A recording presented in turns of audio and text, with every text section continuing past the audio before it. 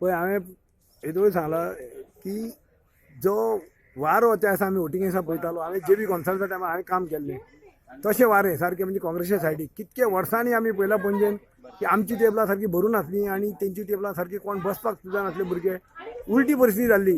हरशीं कितें जातालें की काँग्रेसीच्या टेबलार कोण आसनासले तेंची टेबलां भरलेलीं आसतालीं.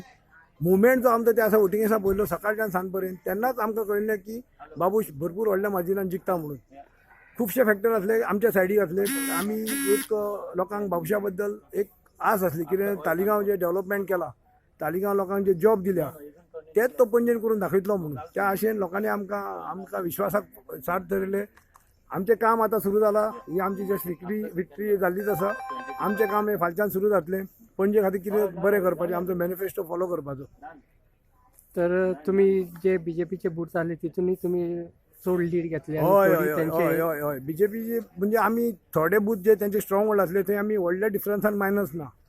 पूण वेरेज मळ्यान जो पार्ट 14 आसलो लास्ट टायम 147 मायनस असले थंय आमी ह्या खेपेक 17 काय कितें तरी लीड आसा. 147 मायनस असले पार्ट 14 म्हणजे हेजे वयल्यान तुमकां कळटा की वारें सगळें चेंज म्हणजे आमकां लोकांनी खूब लोकांनी आमकां सपोर्ट केलो आणि लोकांनी एक विश्वास आमचेर दवरलो.